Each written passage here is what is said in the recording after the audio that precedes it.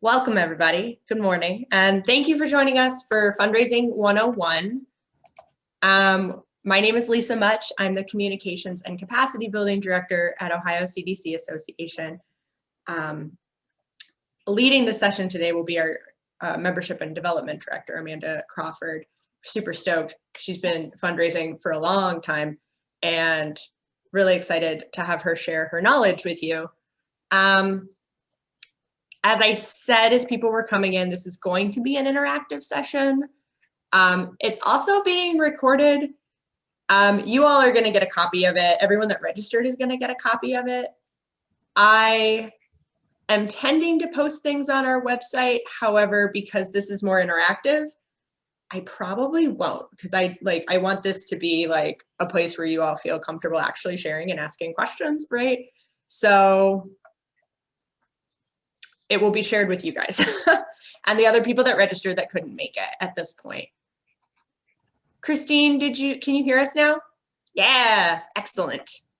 Okay, and then just as an FYI, you all seem to be doing this anyway. When you're not speaking, just make sure that you're muted just to help with background noise, but you're all already doing it, so great job. And so basically, we've noticed, I think actually all of you are members. We did open this up to others that were not members to charge them, but you're all members. And we've noticed on the last many member surveys that fundraising, obviously, money is a big need. We know this. And so we're excited to offer this as sort of a response. And we're doing not just Fundraising 101 today, we're doing a whole summer fundraising series. I know many of you are registered for the whole thing.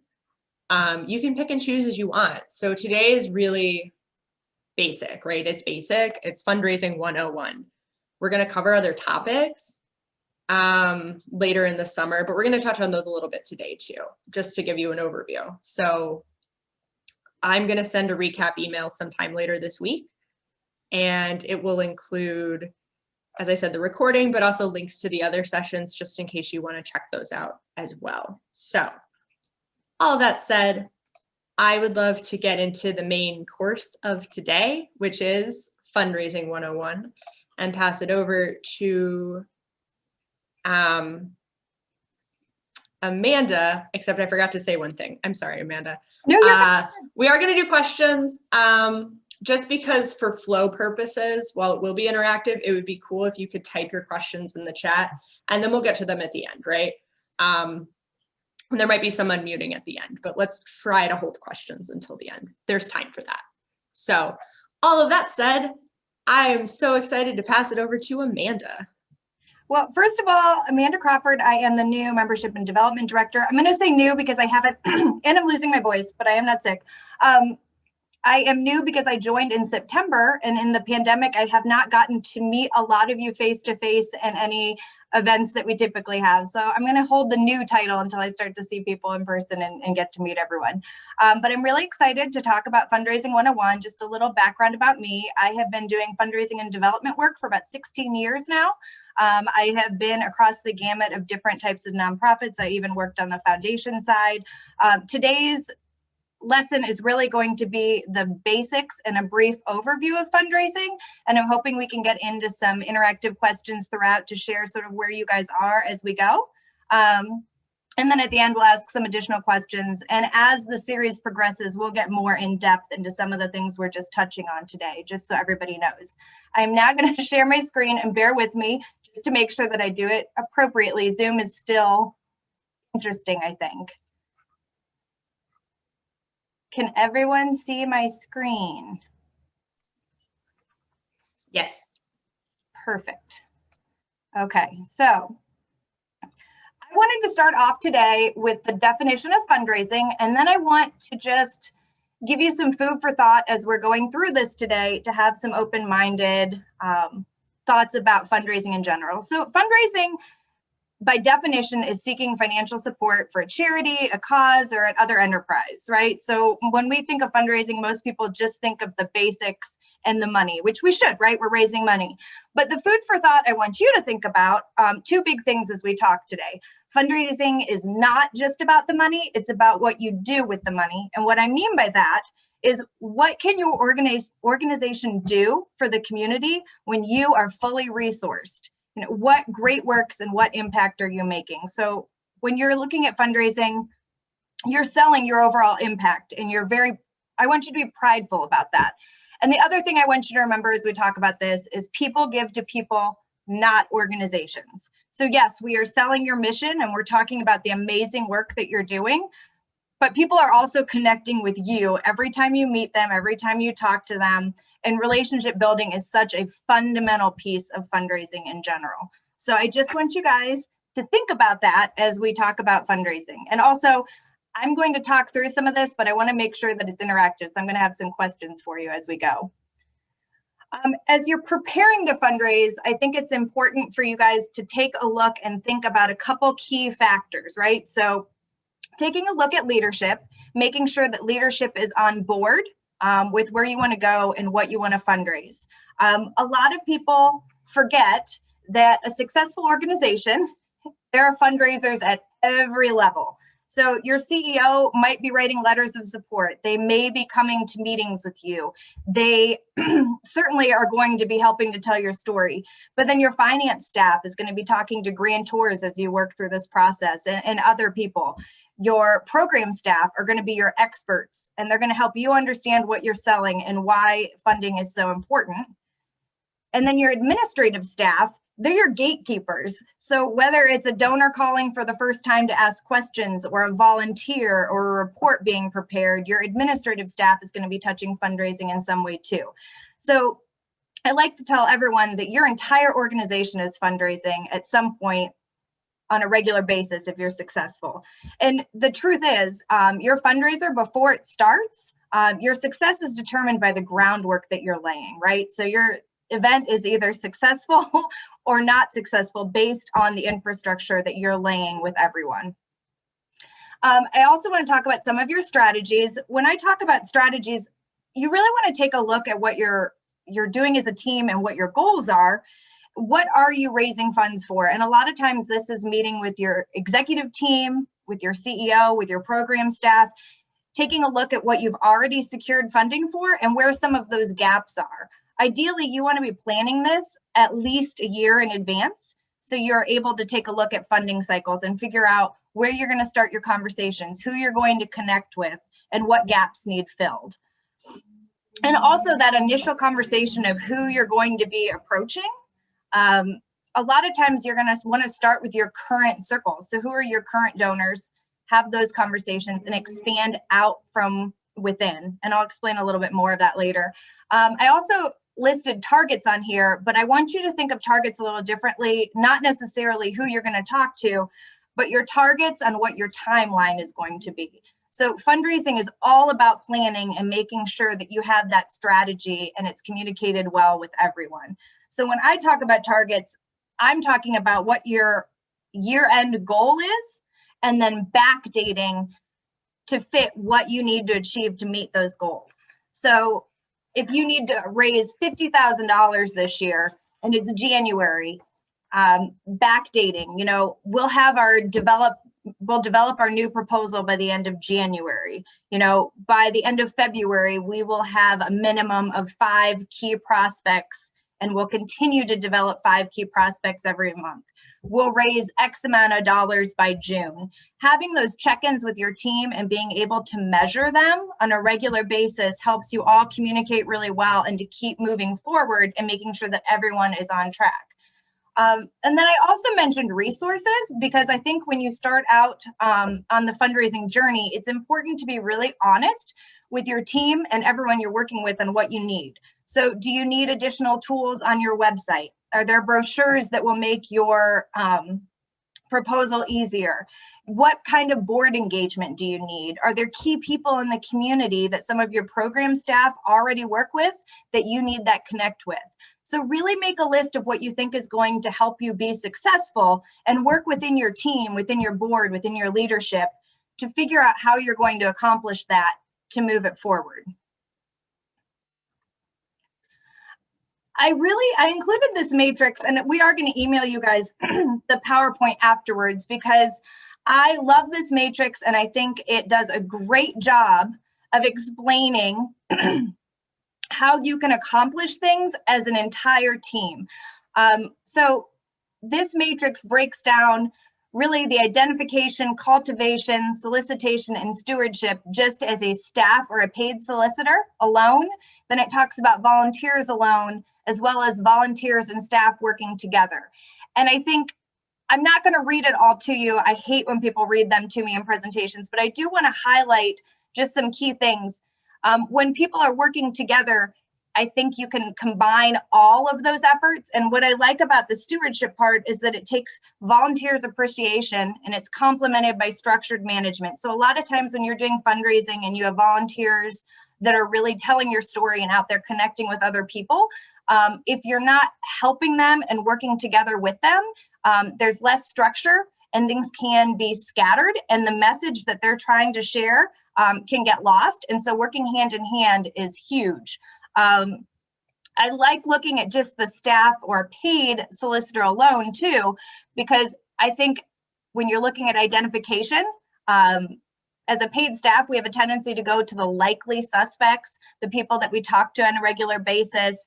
And sometimes you really get stuck with those blinders on of who you always talk to. When you bring in volunteers, they're looking at a different network, they're talking to a different group of people, and sometimes their own network, which expands that. But when you work together in tandem, you can really accomplish a lot more together. So you provide volunteers the tools they need to tell your story. You help the management team connect. And I just think that this matrix really paints a picture of what each one can do alone, and then in sync, how much more you can accomplish. I briefly wanted to talk about the types of fundraising today.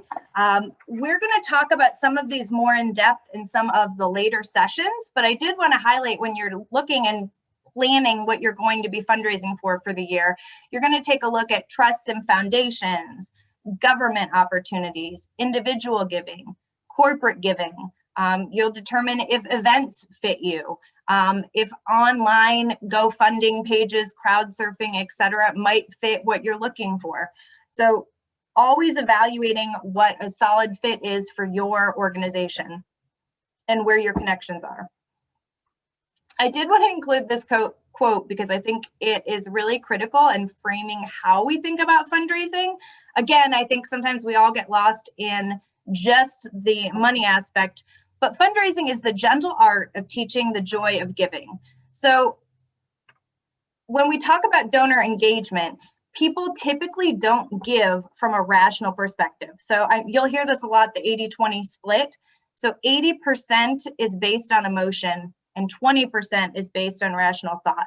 So that's why I think this quote really does apply heavily here. I want to talk a little bit about the donor engagement life cycle a little bit today.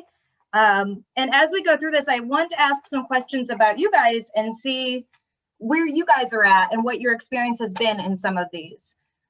So as you're looking at this donor engagement life cycle, and I'm sure a lot of you have already seen this many times, this is really, as a fundraising professional, the same path that we continue to route through on a regular basis. We're going to talk a lot about individual donors today, and that's the angle that I'm talking about. But this life cycle really applies to just about anything you're going to do, because the relationship aspect and the engagement aspect is a critical piece of fundraising. Even in grant world, I've heard a lot of people say in grants, if we write the best application, it doesn't matter if we know anyone.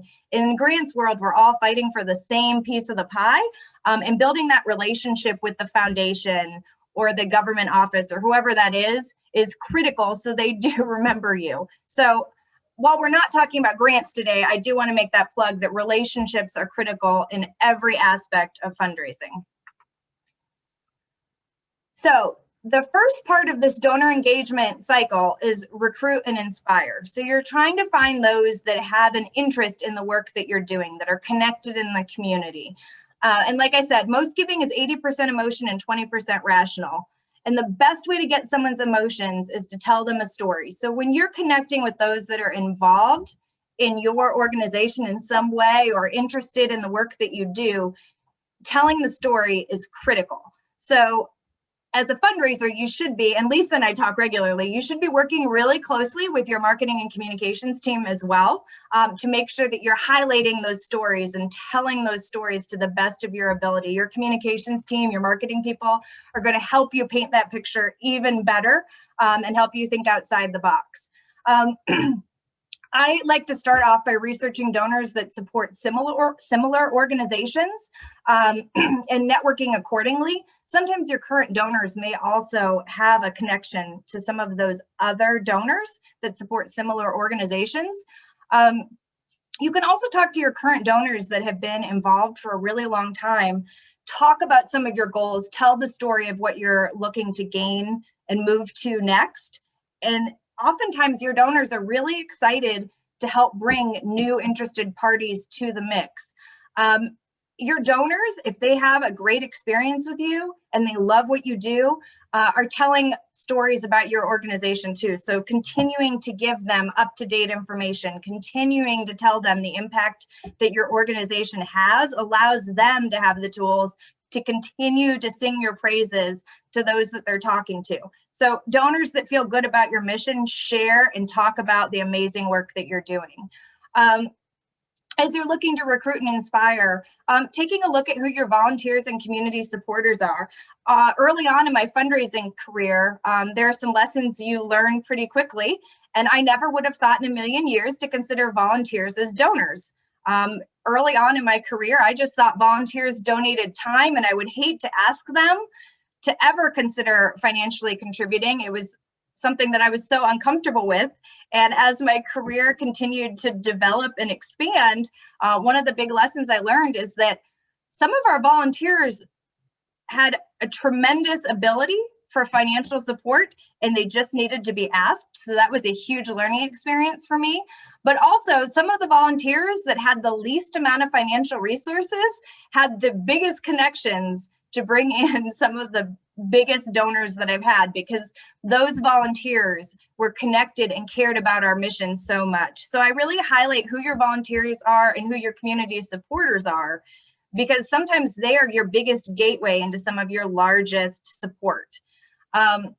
Also, don't forget your board. Your board is here to help you guide where you're going and to see what your next steps are, but they're also here to make a really strong connection in the community for you. I have many times, and I will send resources after this with some questions, but many times I do a map my network with our board and have questions that guide them into who they might know. I also was a direct salesperson many years ago, and it's the same philosophy because people don't realize who they know. So you keep asking the question, who do you know, and expanding that with them. And it's amazing the list that you come up with at the end that a lot of your board members and you don't even realize you had connections to. And from that list, then you can work together as a team to create some approach on how to talk to them. So should you as the development director reach out to some of these connections?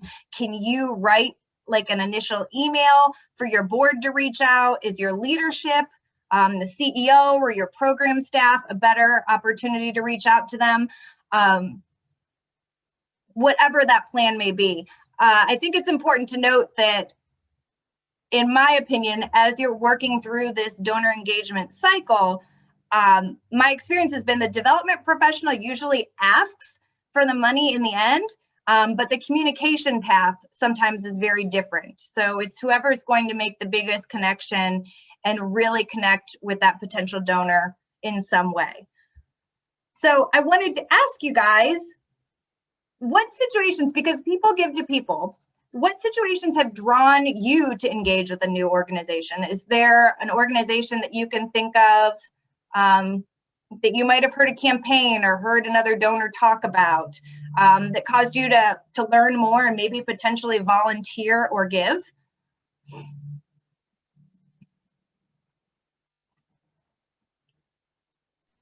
Go ahead, Heidi. New Horizons. This way. Oh, New Horizons. Okay, what caused you to reach out to them? What stood out to you about their mission or what they're doing? What I do with our nonprofit, we deal with a lot of people that are homeless, and not only that, but they're ex-offenders. So I believe people deserve a second chance. So I know that they help facilitate like housing, transitional housing, mental health aspects, different things like that. So that was really a blessing for our organization to be able to network and link up with that. Okay, so you guys, great. So you had a shared interest and you really see the similar goals and you can personally benefit and see the benefits from what they're doing. Yes. Awesome. Is there anyone else that's had a similar experience, maybe a new organization that stood out to you? I do randomly call on people if people don't answer, just warning you now. I tend to give to organizations that I've worked with directly, like professionally. So I'll work with an organization and I get to know the people that work there. I become really familiar with their mission and how they operate. And so I feel like I know them really well and I feel comfortable giving them financial support. Thanks for sharing, Claire. I think that's a great thing to remember when you're working with potential donors. People give to people. So they want to know, not only do you believe in your mission and that the mission is great, but they want to believe that the work that you're doing is making an impact. And they want to trust that when they give you their dollars, they know you're doing the best you can with it. So those relationships are huge. And Claire, that's such a great point. And I wanted you guys to share some of this because the same reasons that you connect with organizations and that you give are the same ones as you connect with potential donors, right? So people to people, how you view the situation, they're going to view it very similarly. So that helps give you more perspective on that. So the next piece of the donor life cycle is to learn and engage. And I'm gonna harp on this a little bit because sometimes I think people jump the gun here. And when I'm going to talk about getting to know your donors and asking questions, but I'm not talking about asking for money at this stage. So in this part, you have a potential donor, you have a volunteer, you have a community supporter, and your goal right now at this stage in the game is to get to know them. So you want to know what their why is. And what I mean by that is what motivates them, what is important to them, why does your mission speak to them the way that it does? What are their interests? What are their passions? What are their inspirations? And as you're asking these questions, you should have this Rolodex in your mind of all the things your organization does. So if they really, like, let's say you're a food pantry and they really love people and they really connect with people, then maybe you invite them to volunteer and help connect with your clients and provide food. Maybe they are accountants and they love planning and they're bean counters and they really like to know. Then maybe have them come in and do inventory for the food pantry part of things. Maybe they're a marketing group and they see that you're doing X, Y, and Z, but you could reach a different group in this new and different way and they really want to help that. Find their connection. Also, take a look at their personal lives and what they accomplish. People that are very family-centered are very relationship-focused. They care a lot about people. And you can really bring them into the fold of your family organization, your team, and the impact that you make. But just make sure that as you're asking these questions, you know everything that's going on in your organization. And that's why I bring back to knowing your team and knowing what's going on. So know if your marketing team has some really cool coffee chats going on or a book club or something that they could get involved in. Or know if one of your program members has an outreach event coming up. Or if there are calls that need made because we're thanking volunteers. Any way to get them involved in what you're doing in a way that connects with them. So making sure that you're hitting that, but not at this point asking for money. I guess I'll say that again. Sometimes people kind of jump the process, and if you're not building that connection with them and you're not finding what matters to them, asking for money now would be extremely premature. Let's see. I'm trying to think of a question to help you guys engage a little bit more. So let's go with this. Who wants to share a really brief story about your organization? It can be any story. I want to hear something that you guys are doing right now. It can be super brief.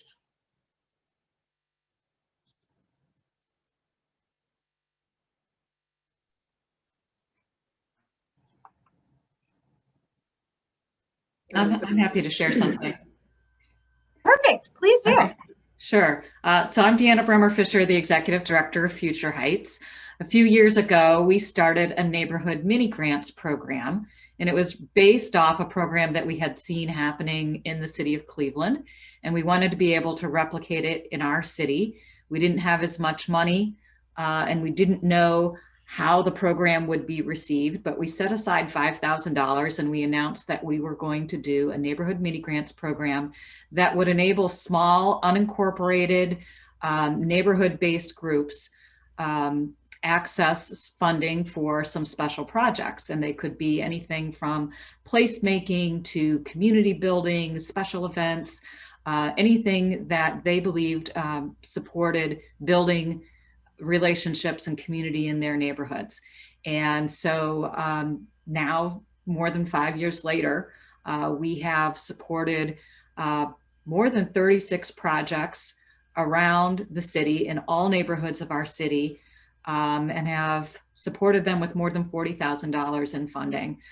This program has grown since we started it. We have attracted a couple of large donors who are very enthusiastic about the program. We do a neighborhood mini grant celebration each December where we ask our recipients to share their projects and the progress that they've made. And it's an amazing feel-good celebration of the different ways that people are building community in our city. And if we were to have tried to create all of these things from the top down, from the center of our organization, we never could have done it. There are just so many innovative ideas that people have out there, and we're really happy to be able to support them with this program. I think that is amazing. And I think it's Where are you located, Deanna? We're located in Cleveland Heights, Ohio. We're a suburb of Cleveland. So it's a great example of how telling that story continues to snowball and get bigger and gain support. I am so sorry, you guys. I keep losing my voice this week. I'm not sick and no one will believe me, but so when you started telling that story and you started in a smaller footprint to grow, where did you start telling that story in a bigger dynamic? How did you connect with some of those larger donors, or did they come to you because they heard through word of mouth? Actually both of them, I think, kind of came to us because they'd heard through word of mouth. They were members of the organization and had been donors. But one of them had been a donor, and actually one of them just came out of the blue last fall and contacted us and said they were impressed with what we had done and thought that we had grown enough that they wanted to be supportive. And that enabled us actually to make the bold step of expanding the program to another city. So we actually serve 2 cities, Cleveland Heights and University Heights. Cleveland Heights is bigger, a lot bigger than University Heights. And we do receive some funding from our city government. So the person who manages that program gets funding directly from the city of Cleveland Heights. And so when we started out, we started just in Cleveland Heights, and now we're able to expand it to the other city. Okay, that's great. I think it's just a great example of how things can build and grow, and you're totally engaging your network that's telling the story for you, in addition to telling your story yourself. I love the annual event that you have so people can share what they're doing, and I really think it's great that you're connecting with your community. Does anyone else have a similar story to tell, or something where telling your story has really impacted your fundraising capacity? Or is there a story you want to tell and you're not sure how to tell it? Also an option.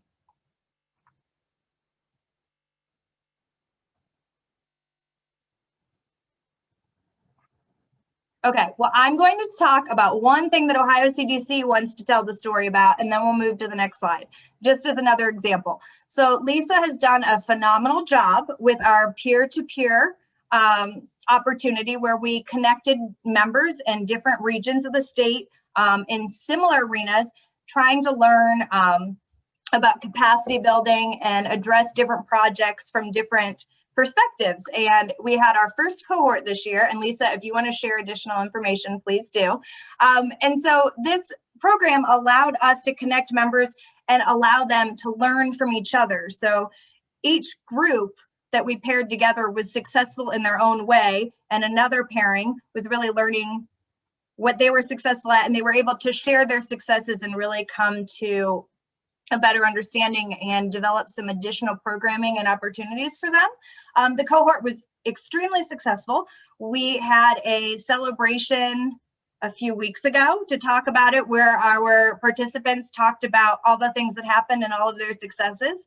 And now we're telling that story to our initial funder that we had that funded the first cohort, and really making sure that we capitalize on what we accomplished and what we can do next. So Lisa and I are working together to tell this story from all of the evaluations, from all of the recordings we had from the celebration, and to really show our funder, your funding allowed us to do all of these things, and here's what we want to do next, and we really need your support to do it. And so far, those conversations have been really positive with our funder. And so I'm just highlighting that as you're going through this, make sure that you know what your story is. Deanna had a great example of how they shared their story and how it grew. And if I were to guess, you all have some pretty great stories that you're telling, and you may not realize you're telling it, or it may be a very structured plan, but be proud of what you're doing and be sharing your stories at every opportunity you have with enthusiasm and excitement, because that's just going to bring people to support your organization. I am a huge supporter in that when you're asking for money, you should never be thinking you're coming and you're begging for money. You should be standing firm, proud of what you're doing, and completely okay with asking for this, because you know what it's going to do for the person that you're asking for the funding support, and you know what it's going to do for the community that they're involved in. So as a fundraising professional, we all have to be comfortable asking, and I'm going to keep telling you how exciting it is to tell your story, and it makes it easier to ask. I will digress from standing on my soapbox and move on to the next step. So asking, like I said, fundraisers should use pride and not apology when asking for a gift for a charity that is doing good work. You know what you're doing. You know the impact you're making, and you know the change that you're making in the world. Be proud of it, be confident, have the stories, have the data, and be excited to share that when you're asking. Do not be timid, be proud.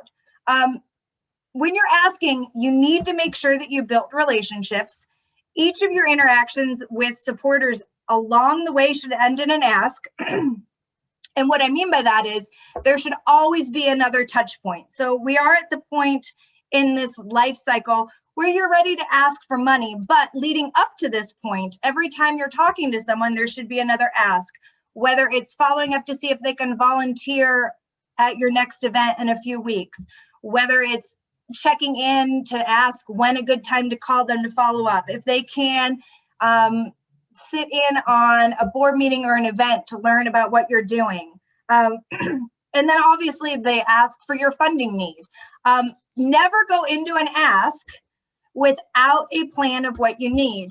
One of the things I struggle with is fundraising professionals that aren't confident and don't understand what their numbers are. Go in with a plan, meet with your leadership, meet with your board, evaluate what your donor is capable of providing in support, and have a firm number. What's difficult is when you're asking for support and you're not really asking for a specific number and you're going back and forth. And what can happen is your donor either underestimates what you need and thinks they're really helping, or the opposite, you're unsure what to ask and they're not sure that you really need it. So making sure that you're painting a picture as to what you need, why you need it, and be prepared to pivot. I will say this 100 times, but you may go in with the intent to ask for X amount of dollars. And your funder or your donor may be sitting on the other side of the table with you, and they may tell you that they just had a funding cut, or their finances look very differently, and they're not going to be able to support you in the way that they normally could, or in the way that you were anticipating that they could. And that's okay, because there are other alternatives. Make sure that you have a pivot point in your mind. So if the funding is not going to be exactly the same, maybe you're pivoting because their volunteers could assist you with something that you have coming up. Maybe there is another way that they could help you. As nonprofits, we run on a shoestring budget. So sometimes it's as simple as, I'm going to give an example. I worked really closely with Cintas when I was at Special Olympics Ohio, and they had a limited budget of what they could give us financially, but their HR person was absolutely amazing, and he was very creative in helping us. We had a very limited printing budget. He had an extensive printing budget, so he couldn't give us a ton of money up front, but when we needed special printing done, we would email it to him. He would print everything we needed. We didn't have to spend a penny on that. They looked amazing. They delivered them for us. And so sometimes it's finding those creative solutions with those who support you. So it wasn't direct dollars, but they really helped us with the bottom line to free up money for other things.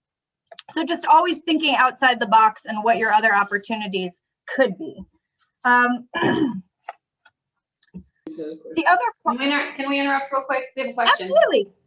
So Amanda, you're saying it's okay to do the in-kind donations, because that's how I'm looking at it. If he was able to print it, okay. Yes, Okay, 'cause absolutely. We get a lot of that as well. So that's what I was asking. I think in-kind donations are just as critical as monetary donations. They can really help your bottom line. And I think one of the things that organizations don't always do well is they don't track them. So one of the things that you should make sure you're doing is tracking all of your in-kind donations. At the end of the year, when you're presenting your annual report, showing donors what you're doing with their money is important. And in-kind actually impacts that as well. So you're taking their $1 donation and turning it into $2, $4, $6 through the variety of ways that you're connecting with donors. A lot of times, send them a tax exemption, like if they donate something that yes. they could be able. So I've already created that. So, but we Yes. have a lot of individuals here in this community that will donate in-kind donations. We've actually been pretty blessed. That's amazing. Our nonprofit's only been around for about a year and a half, so this is a good opportunity to see the other networking connections that can happen. So I appreciate that. No, that's great. And make sure with your in-kind donations, and I know this goes without saying, but thank yous are really important, and that's sort of the next thing we're going to talk about. But even when it's in-kind and not necessarily monetary donations specifically, make sure that you're thanking them. They really do have an impact, and donors really want to know that what they're giving you is helpful, right? And then as we're talking about the ask, make sure that you're realistic. I know a lot of you are newer organizations, or at least new to fundraising. At least that's how we pitched this. So if you're not, disregard this. But if you're newer to fundraising, and this is a newer approach for you, be realistic, start small, achieve those goals one at a time. I would hate for you to set a really, really large goal without smaller goals leading up to it and then get discouraged, because relationship building and fundraising is really a process, and it takes time to cultivate and build that. So be patient, be realistic, and set smaller goals to achieve your larger goal. Let's see.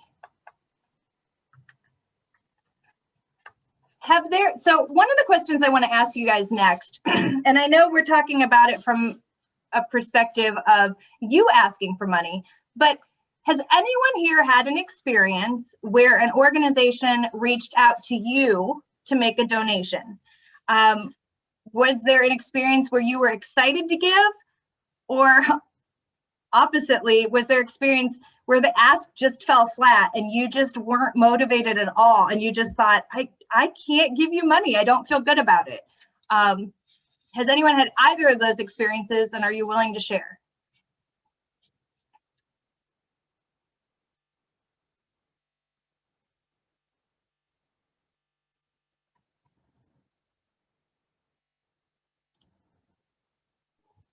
Well, I'll share. I feel really good about, I support Habitat for Humanity. I have for many years in all the communities where I've lived. And especially in Richmond, Virginia, they just did a really great job of putting a face on the organization and the work that they do, and being able to go to the build site and work on a house, and they would have really fun activities for volunteers and for volunteers, and that was a way for me to also invite other people to kind of get to know Habitat. There were activities that we could invite people.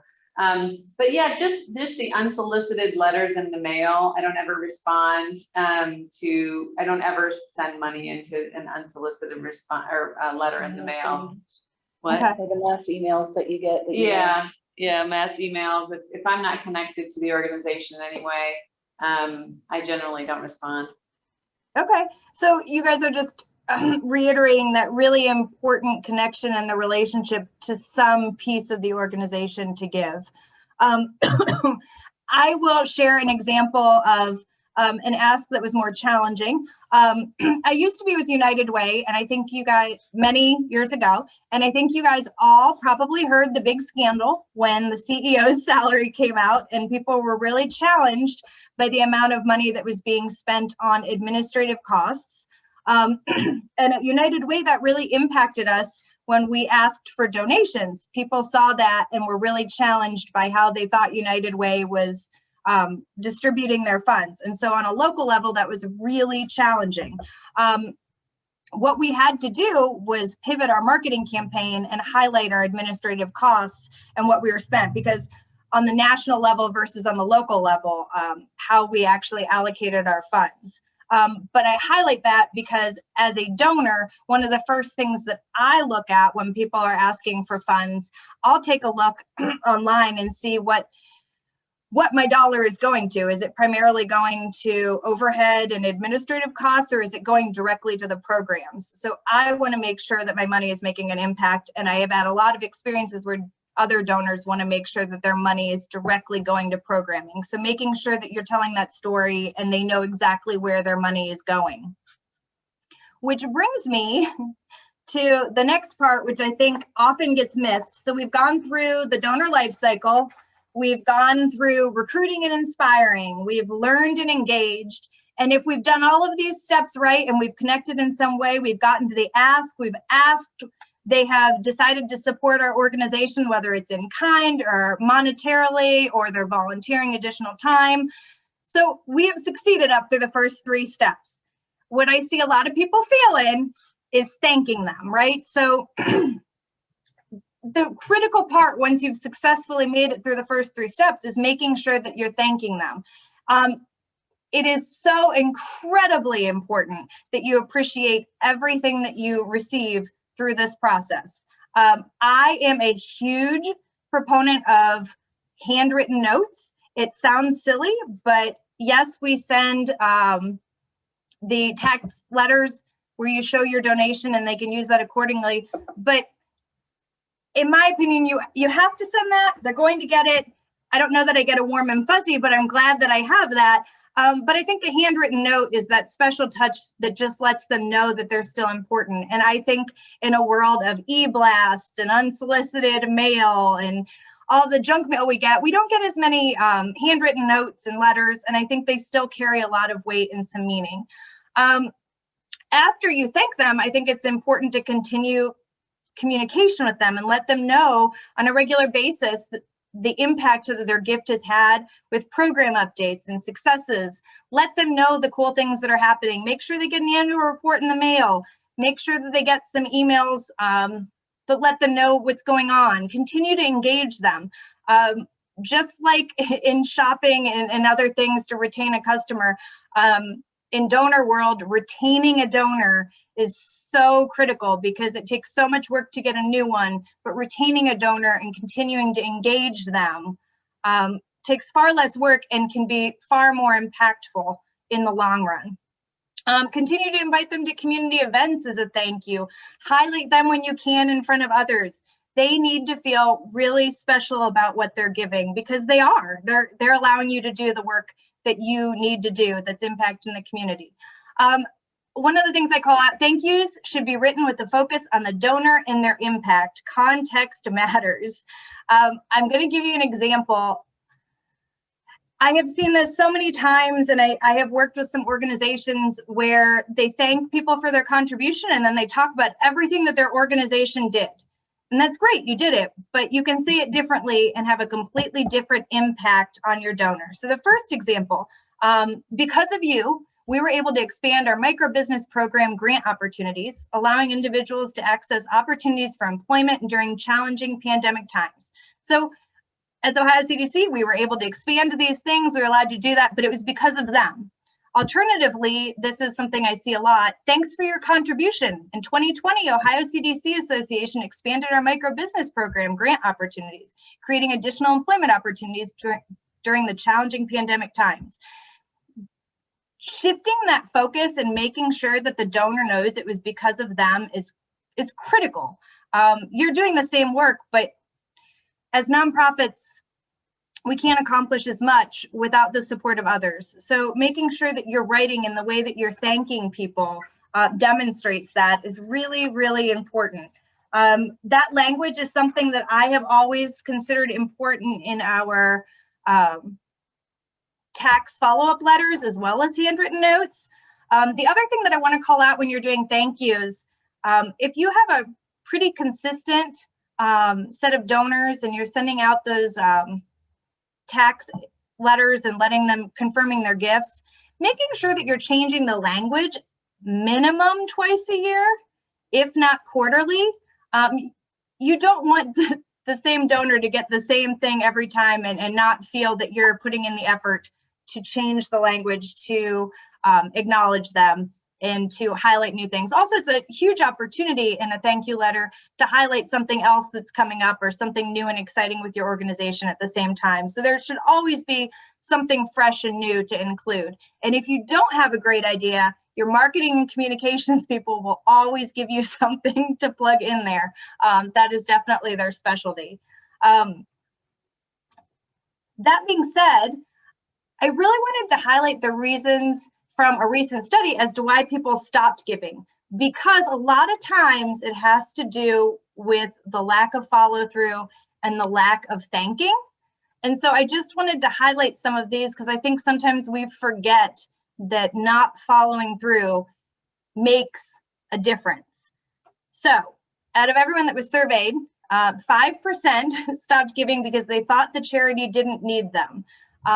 I'm sure as all of us as nonprofits, we have never had an experience where we just don't need the donor money anymore. It's fine. We accomplished everything and we're good. So it's important to make sure that you're continuing not only to tell them what the impact is, but also the goals that you're continuing to achieve and what you're continuing to do with the money coming in. So they do know that you're continuously needing that support to continue to make an impact.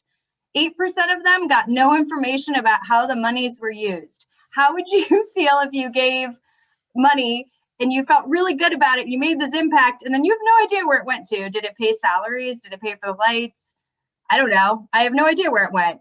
You probably wouldn't feel super great about giving it again because you don't feel like your money made that impact and you don't really feel like you made that connection. So making sure when you send those thank yous and letting them know what it impacted, what the successes were, what those achievements were from their support. 9% had no memory of supporting you. If you don't follow up and thank them, they might not even have a clue. This is more prevalent in online giving, crowdfunding, some of those things. But in general, with donations, if you're not continuing to stay engaged with them and it's not a meaningful connection, it typically falls off and falls flat. 13% never got thanked for donating. So that really is the basics, right? If you don't thank them, they don't feel appreciated and they're going to find another cause or another charity support where they really feel like they're making an impact. I'd say 16% passed away, obviously not from thank yous. And then 54% could no longer afford to give. And that is something we deal with on a regular basis. But 18% thought the charity had poor service or for communication. So this really ties everything together, right? So everyone in your charity is fundraising in some way. When it's your admin staff answering the phone and talking to someone, that communication makes a difference. When it's your program staff following up with donors to let them know the really great things that are happening, or just in general, your process from the time you receive your donation to your thanking, to continuing to engage with them, making sure that you're easy to connect with, that you are making sure that they're thanked, that if they have any questions, just making sure that you're in continuous communication with them. The worst thing that could possibly happen is that they don't feel like there was a really solid process from beginning to end. And then 36% thought others were more deserving. That really comes down to telling your story and the impact again. And in the world of nonprofit, we are all doing amazing work and we're all doing really great things and we're all really fighting for very similar support. So making sure that you're constantly telling that story of why you guys really need the funding and what it's doing is so critical to make sure that you continue to receive that support.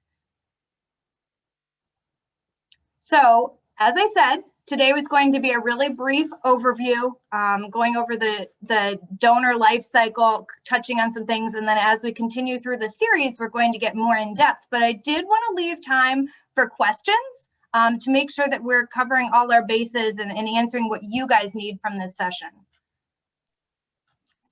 So thank you, Amanda. That was super great.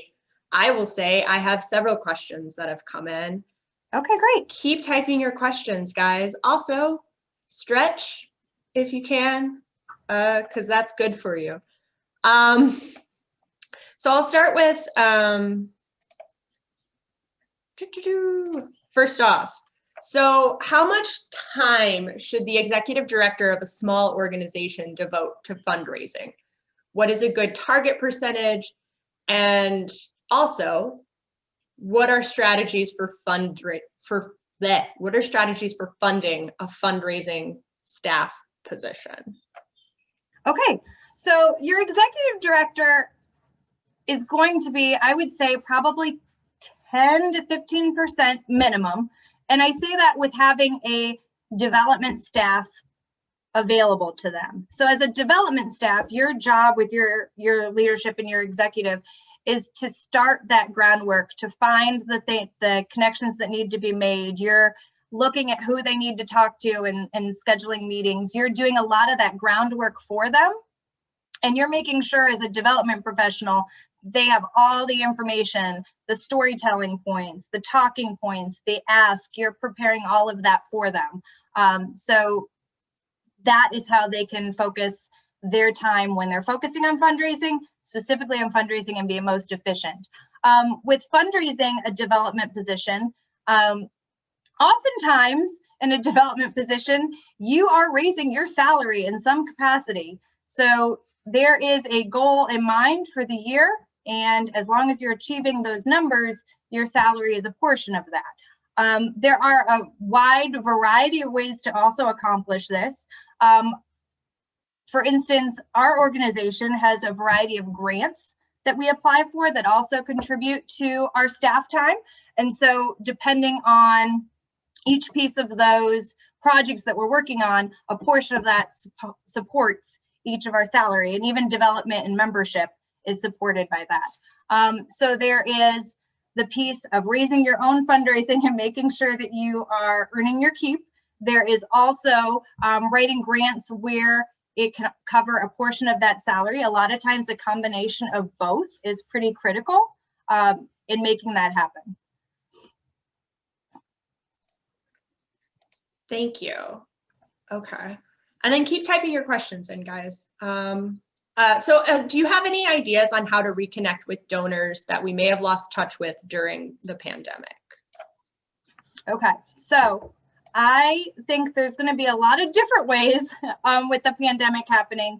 I think, in my personal opinion, and some of the things that I'm starting to work on, it's going to be that personal touch. So picking up the phone and making some calls if they're donors that you had a pretty strong relationship with before. To Reconnect. Another example, so when I was at the Ohio Bar Foundation, we had a significant amount of donors that would donate as they were fellows. And then once they graduated as fellows, we never asked them for money again, but they were involved with our organization indefinitely. So there was this probably 3 to 7 year time frame where we just lost complete touch with this whole group. And this is the only time I'm going to say a direct mailer was successful.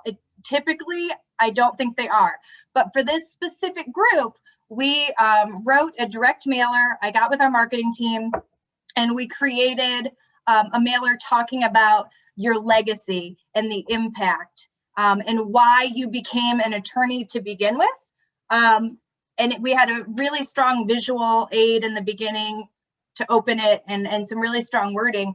And we actually reconnected with 80% of our donors, and they all donated. So why I'm sharing that story is, for that specific audience, they needed reconnected with the mission and what they wanted and who they were and why they became attorneys to begin with. And we were able to connect with them on a deeper level with a strong quote and a strong image. That's not going to work for everyone, but finding what it is that connects with your target audience and finding a way to connect with them is huge. And I think there's going to be a multi-platform need through the pandemic. So I think personal phone calls are important. I don't think it's realistic, depending on how many donors you have, to be able to call all of them. So I think you're going to be doing a series of e-blasts and some direct mailings where you try and connect with them, and some follow-up calls and some invites to some different ways to engage with them. Sometimes it's just a matter of having some group chats or some connections in some way, but even debuting your organization in some way again after the pandemic, having some celebration of what you're doing might be a way to invite your donors and re-engage them. So getting creative and thinking outside of the box is going to be really important for the pandemic, and reconnecting. But like I said, I think it's going to be a multi-platform approach. Thanks. That's great. Let's see. We had a great question. Claire asked a really good question. Sorry. Okay. So you're talking about programming earlier, but the question is, how do you cultivate donations that are specifically for admin? So how can you be genuine and honest with donors about where their dollars are going, but still generate support when it's not directly like, this is how many people you're like, it's programming. How do you do that? Okay, so I'm going to get a little creative in answering that question. So the way that I approach this and the way I think about it is where I talk about really finding those ways to help your bottom line. So utilizing your in-kind donations, utilizing funding to assist in programming directly. So your goal is to fund as much as you can so that your income that you have for other things can cover admin, and your donations primarily focus on programming, right? So you have your basic budget and your admin costs, and your goal is to really take your donations and cover most of your programming and your other things. Typically, though, most donors are very aware that there are some administrative costs involved, and so you're not trying to hide that. You're just trying to make sure that you're very open and honest about it. And a rule of thumb for most nonprofits and what your goal would be that your administrative cost is 8% or less. So if you can talk about that and share that with your donors, it really does make a big difference.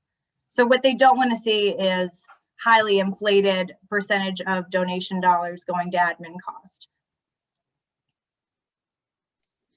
And I want to kind of just tag on to that. Yeah. My thought saying, so I think the way we view admin versus program, right?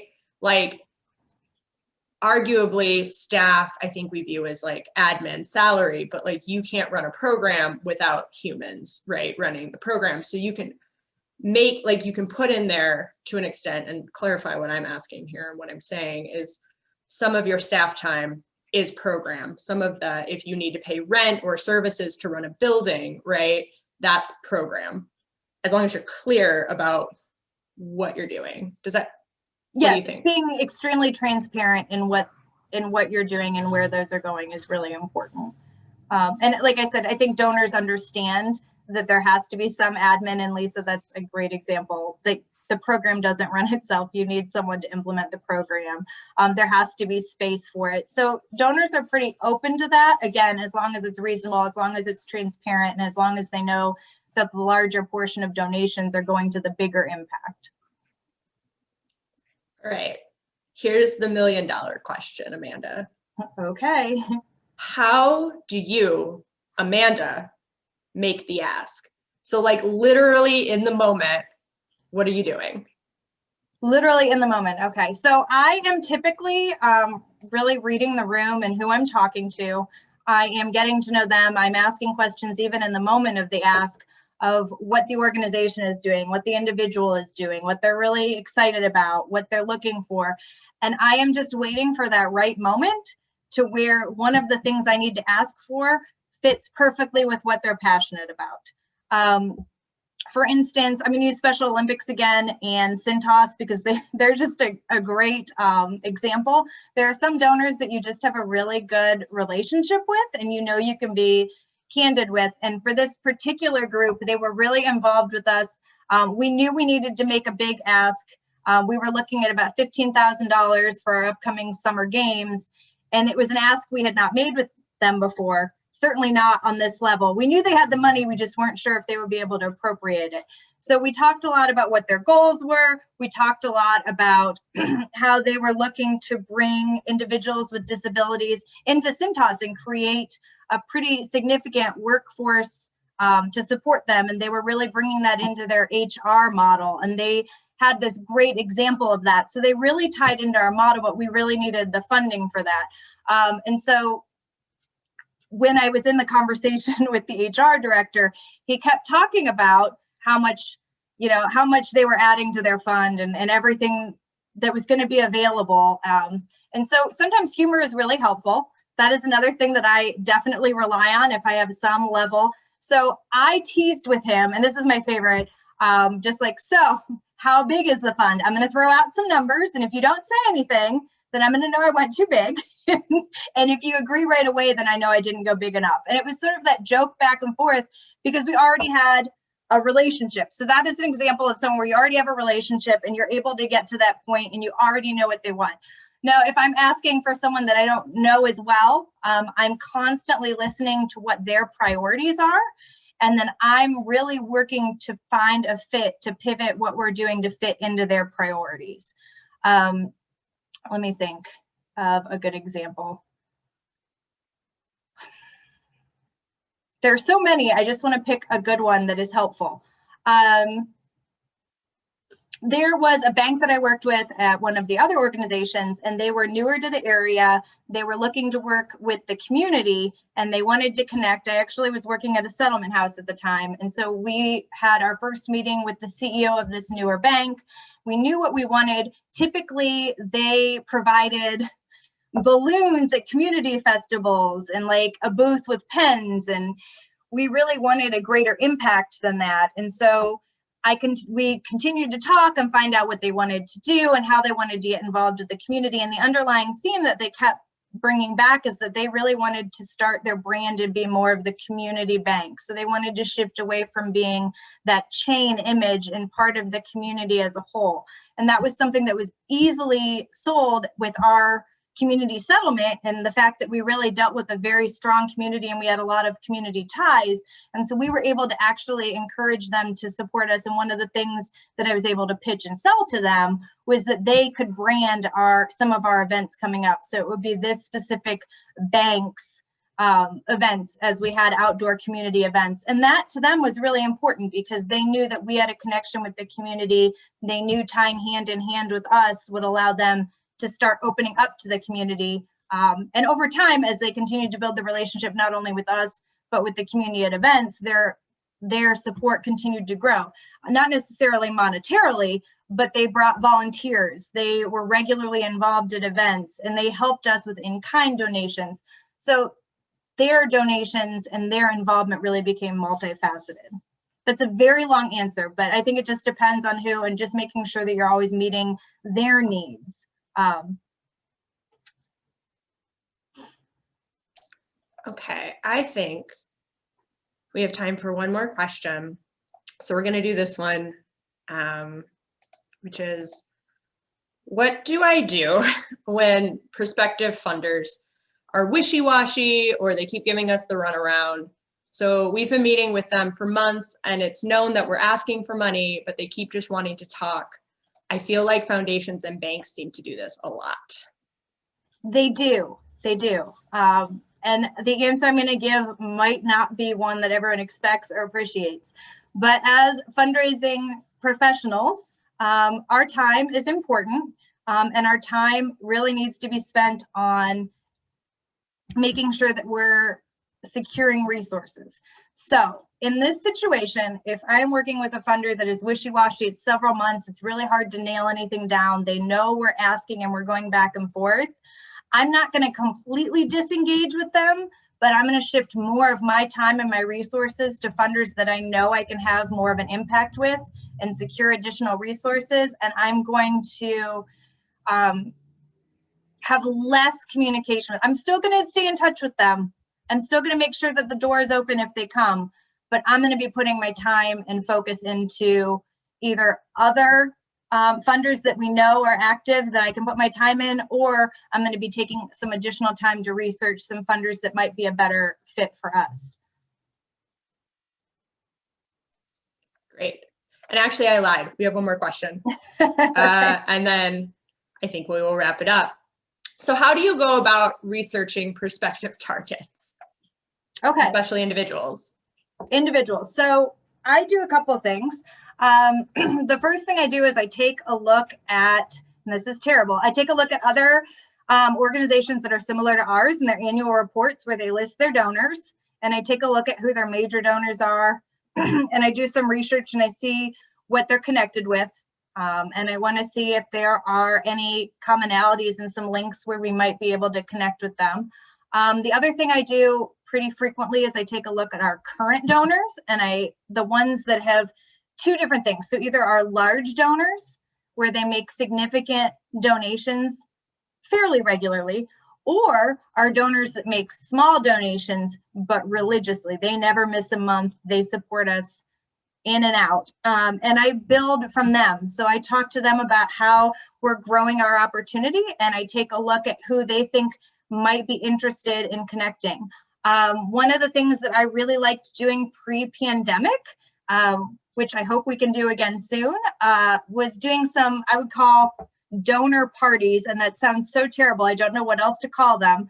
But you have one of your major donors, you have a really good relationship with them, you connect with them on a fabulous level, and you talk to them about what you're doing and what you're trying to expand, and they either have a very intimate wine and dinner event, and they bring some of their closest friends to support them, or you do something at your event where they come.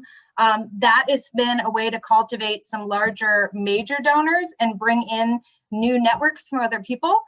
Individual donors, I like to really start, if they're smaller donors, with volunteers and community supporters, and really work to connect with people and expand from there. There's also, I'm going to mention this, some nonprofits have access to it, some don't. If you're using a service like Blackbaud, Razor's Edge, NXT, they do have a wealth management tool, which I have used in the past, and it can be helpful to do some analysis on some of your potential donors to see what they've donated to, their donating history, some of their income, and it can help you formulate a comfortable ask. But it is something that requires additional budget resources, and not everyone has that tool. So when you don't have that tool, it's a matter of just doing the research, seeing who they've donated to, connecting within their network. And also, don't ever be afraid. I do this all. Don't ever be afraid to go to events where your donors might be that has nothing to do with you. Don't ask for any money. That's not what you're going for, but go to the same space they're in, introduce yourself, get to know them. find something to talk about. I don't care what it is. The carrots on the plate because they look really pretty, or the fact that they have great shoes, or I mean, it doesn't matter what it is. Go to an event where they're at and start that conversation with a relationship so they get to know you as a person, get to know them as a person, and try and frequent that space. Again, this is really hard to do in pandemic times, but I'm really hopeful that we're going to have some space where that becomes more of an opportunity. But as a fundraising professional, I recommend never being afraid to step out of your comfort zone and meet people in a different way than you normally do, and let them get to know you as a person. So when you are in their space again in the future, or you do come across their desk for a meeting, for an ask or something else, they know who you are and they're far more likely to take the meeting. That's a really emboldening way, I think, to kind of close out on. I want to just real quick do a little like shout out to AFP, because before Amanda was here, I was doing the fundraising stuff, and AFP helped me realize I actually hate fundraising. But they are the Association of Fundraising Professionals. There are chapters all over Ohio. I'm going to send this to you guys. I can speak for Central Ohio's session, which is very broad. I think it's not just Columbus, right? It goes out a little bit. They have a lot of resources for non-members, and to be a member, there's various rates, but they usually have a lot of free resources. So if you want to continue getting some fundraising tips or just like networking, that's generally really good resource. But it is 11:16. So I want to thank all of you for attending today, for participating. Amanda, thank you so much for leading this. I hope you all can sign up for the next sessions. There are 2 in July and 1 in August. And please let us know if we can do anything to help you, if you need anything from us. And remember to stretch. Have a great day, everybody. Bye.